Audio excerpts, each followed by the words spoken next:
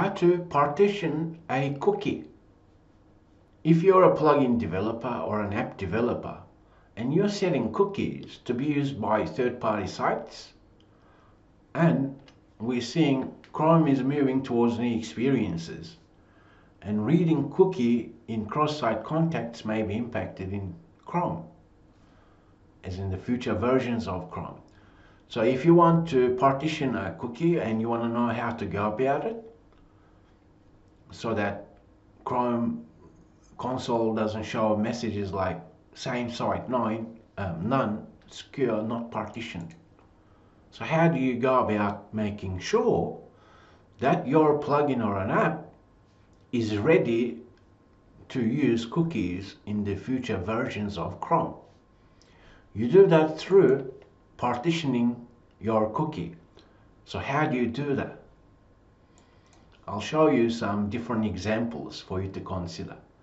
Basically, whether you're setting cookie using JavaScript, whether you're setting your cookie using PHP, what Google Chrome wants is you need to have these attributes. Same site equals none, semicolon, is secure, and is partitioned.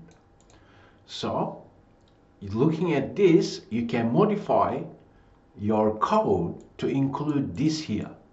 Because if you were to do that, then Chrome will not show that message, and your app or plugin, the cookie set on it, will not break, and you'll continue to gain insights accordingly.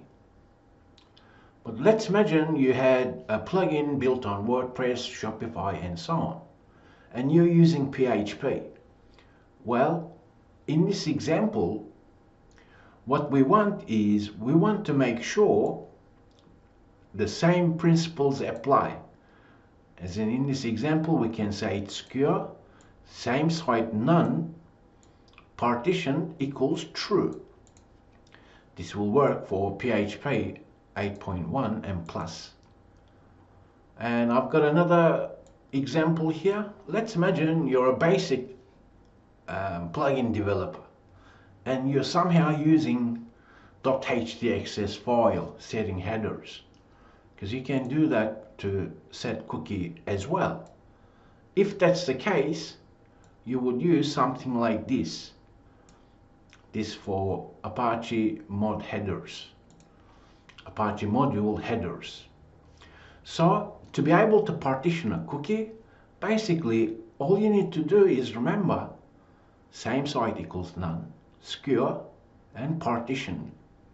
These three different attributes are required to be on your cookie. Whether you're using JavaScript, whether you're using PHP, one way or another, when the code renders on a page, the cookie will be set. You can test it in application, cookies, and then you can see the cookies set on a particular website. So for testing purposes, you may want to explore this. At this moment, you should actually know how to look at Web Developer Toolbar for your cookies. So basically, you do not want Web Developer Console message to tell you that your cookie is not partitioned. So this is how you partition a cookie to be used by third-party sites.